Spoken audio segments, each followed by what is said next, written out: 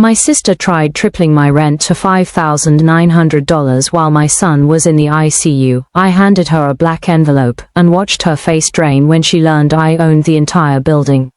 She thought she had all the power, but I'd been quietly buying up shares for years. That morning, she didn't just lose control, she lost everything.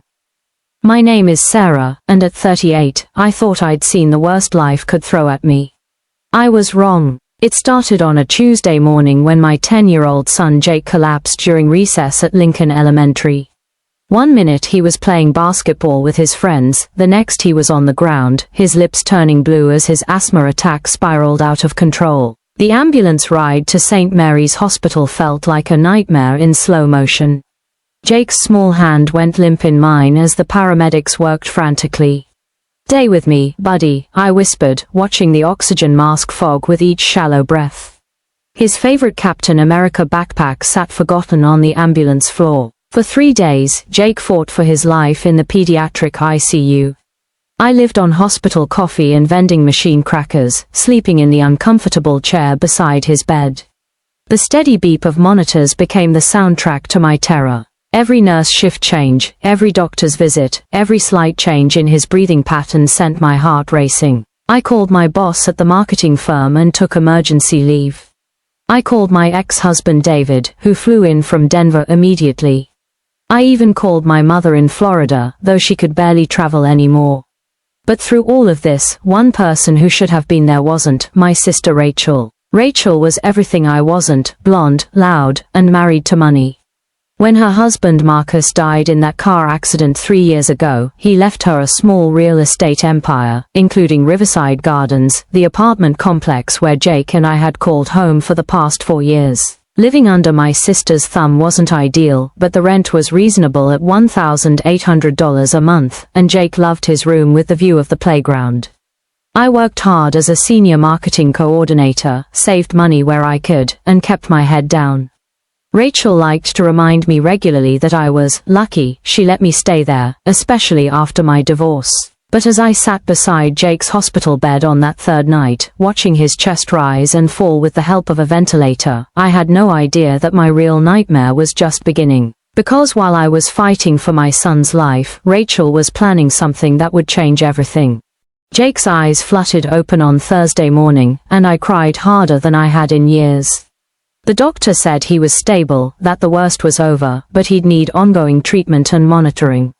I was just grateful to have my boy back. That evening, as I sat beside Jake's bed reading him Harry Potter for the 100th time, the ICU doors opened. I expected to see David returning with dinner, but instead, my sister Rachel walked in wearing a designer navy suit and stilettos that clicked against the hospital floor like a countdown timer. She didn't ask how Jake was doing. She didn't bring flowers or a get-well card. She barely glanced at my son lying pale and small in that hospital bed. Instead, she pulled up a chair and sat down with the practiced grace of someone conducting a business meeting. "We need to talk," she said, her voice crisp and cold. I glanced at Jake, who had dozed off during chapter 3. "Can this wait?" He just, "No, it can't." Rachel opened her leather purse and pulled out an official-looking document. "The market has changed, Sarah. Riverside Gardens is prime real estate now, and I'm bringing all units up to current market value." I stared at her, exhaustion making it hard to process her words. "What are you talking about? Your rent is going up to $4,200 a month, effective immediately. If you can't pay it, you need to be out by Sunday." She slid the notice across Jake's bedside table, right next to his untouched cup of apple juice. Business is business. The room felt like it was spinning. "Rachel, Jake almost died. He's still in the ICU. You can't be serious." She didn't even flinch. "That's unfortunate, but it's not my problem. You've had it easy for too long, Sarah. Time to face reality." She stood up, smoothing down her skirt. "Oh, and don't think about fighting this. I own the building. What I say goes." As she turned to leave, something inside me shifted. Years of swallowing my pride, of biting my tongue, of letting her treat me like I was less than nothing, it all crystallized into a moment of perfect clarity. "Actually," I said quietly, "there's something you should know." Rachel paused at the door, one perfectly manicured eyebrow raised. "What?" I reached into my purse and pulled out a black envelope I'd been carrying for months, hoping I'd never have to use it. Open this. She looked at the envelope suspiciously. What is it? Just open it. What happened next would change both our lives forever. Rachel's face went white as she read the documents inside the black envelope. Her hands actually shook as she flipped through page after page of legal paperwork, stock certificates, and ownership records. This can't be real, she whispered. But it was. For the past 2 years, I'd been quietly purchasing shares in Riverside Gardens from Marcus's former business partners. It started after I witnessed Rachel trying to evict Mrs. Chen, an elderly woman who'd lived in 4B for 20 years, just because Rachel wanted to convert the unit into a luxury Airbnb. That's when I realized what kind of person my sister really was, and I knew I had to protect myself and Jake. I'd used my marketing connections to find Marcus's old business associates, people who were tired of Rachel's arrogance and poor management. One by one, I convinced them to sell me their shares through an LLC I'd set up under a different name. It took most of my savings and a carefully planned strategy, but I'd done it. I now owned 53% of Riverside Gardens. You're looking at the new majority owner, I said calmly. Which means you don't get to triple anyone's rent. In fact, you don't get to make any decisions about this building anymore. Rachel's perfect composure cracked. You little. I'm exhausted, I cut her off. My son is in the hospital, and I have 0 patience left for your games. You came here to kick me when I was down, but I'm not the same person you've been bullying all these years. She stared at me like she was seeing a stranger. How did you? Very carefully, very quietly, and very legally, I took the black envelope back from her trembling hands. Now, I suggest you leave before I have security escort you out of my son's room. Rachel stormed out without another word, her heels clicking rapidly down the hospital corridor. I listened until the sound faded completely, then sank back into the chair beside Jake's bed. For the first time in days, I could breathe. But as I would soon discover, Rachel wasn't going to take this lying down. And when I started digging into the building's finances, I uncovered secrets that made her rent increase scheme look like child's play. The real war was just beginning. Jake came home from the hospital on a sunny Saturday morning, weak but smiling. I'd set up his Xbox in the living room and stocked the fridge with his favorite foods, mac and cheese, chocolate milk, and those terrible frozen pizza rolls he loved. For a few days, I focused only on helping him recover. But on Tuesday, reality came knocking in the form of Tom Bradley, the building's maintenance supervisor. Mrs. Peterson, he said, standing awkwardly in my doorway with a clipboard full of invoices, I've been trying to reach your sister for weeks. These bills are way overdue, and some of the contractors are threatening to put liens on the building. I invited him in and spread the paperwork across my kitchen table. What I saw made my stomach drop. Heating system repairs that Rachel claimed cost $15,000, but the actual invoice was for $8,500. Plumbing work she said she'd paid for, but the contractor's invoice was stamped, unpaid, in angry red letters. Where's the missing money? I asked. Tom shifted uncomfortably. That's what we'd like to know. She's been collecting rent from everyone, but the building's operating account is nearly empty. That afternoon, I used my new majority owner status to access Rachel's office in the building's basement. What I found there made me sick. File cabinets full of forged receipts, fake invoices to non-existent companies, and bank statements showing money being transferred to Rachel's personal accounts. She hadn't just been a bad landlord, she'd been stealing from the building for years. I immediately called my lawyer, Janet Morrison, who'd helped me set up the LLC. Janet, I think my sister has been embezzling money from the building. How much are we talking about? I looked at the evidence spread across Rachel's desk. At least $60,000, maybe more. Janet was quiet for a moment. Sarah, this is serious. We're talking about felony fraud charges if this is what it looks like. That evening, as I was making Jake his dinner, grilled cheese cut into triangles, just the way he liked, there was a pounding on my door. Through the peephole, I could see Rachel, but she looked nothing like the polished businesswoman who'd confronted me at the hospital.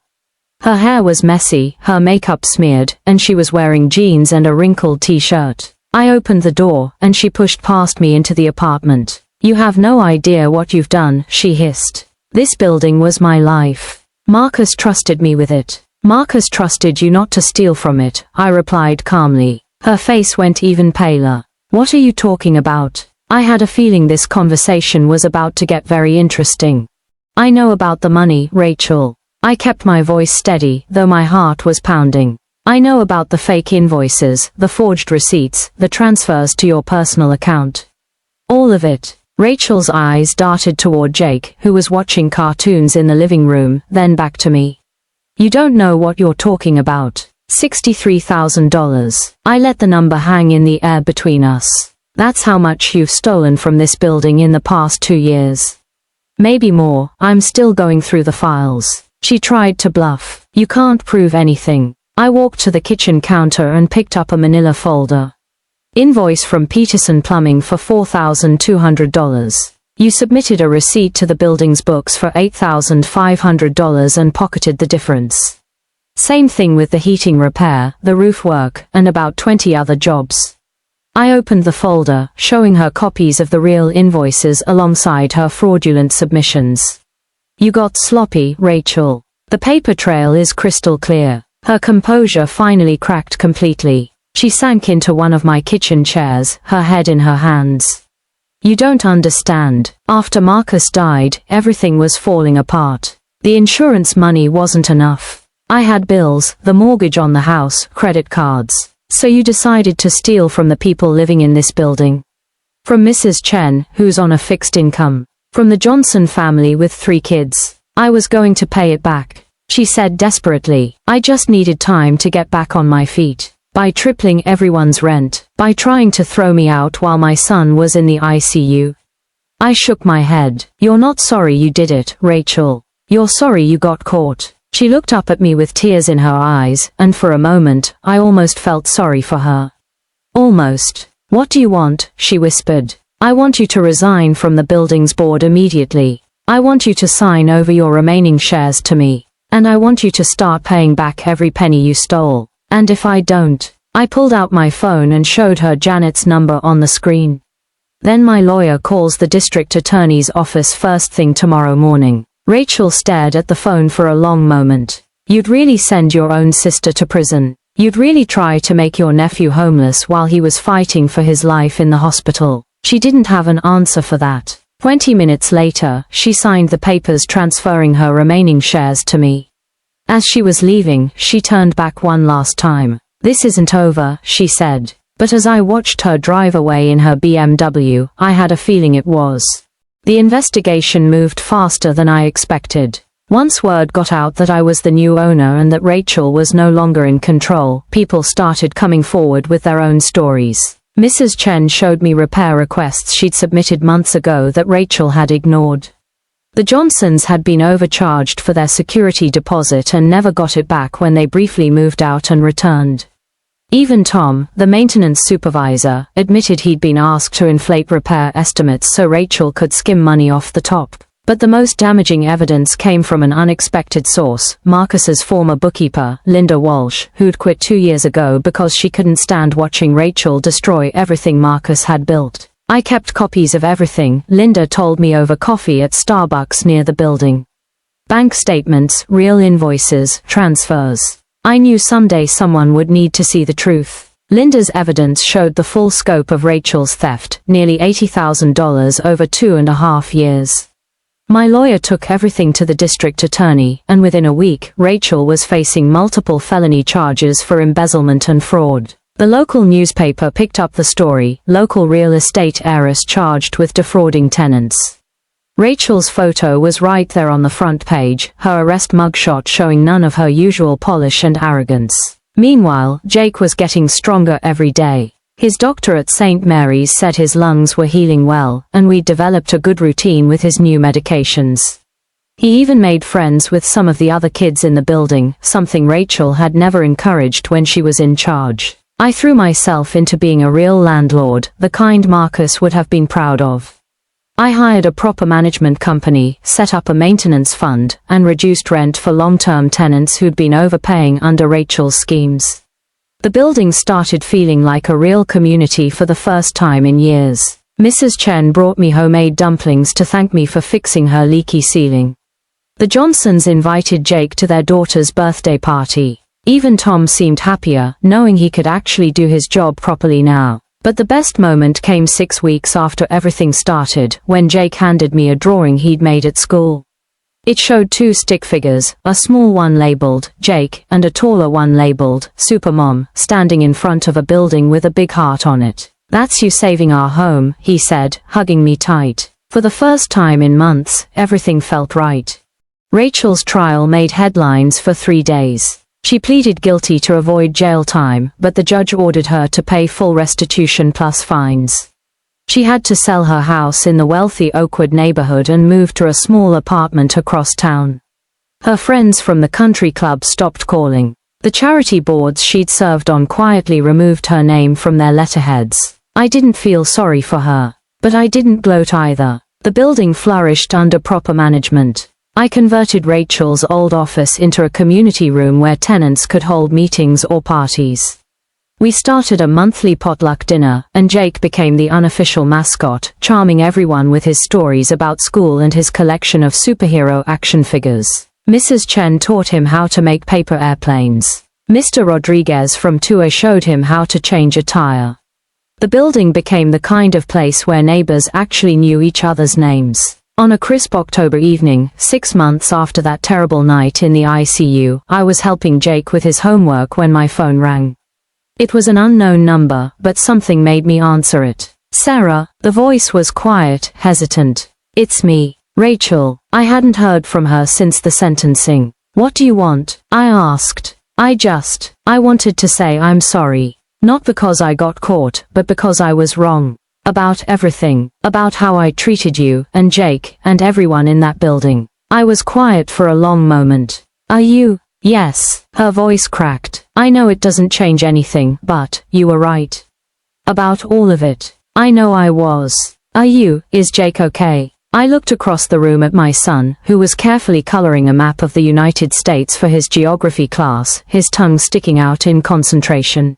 "He's perfect." After I hung up, Jake looked up from his homework. "Who was that, Mom?" "Nobody important, buddy." And for the first time in my life, that was actually true. We finished his homework together, made popcorn, and watched The Incredibles for probably the 50th time.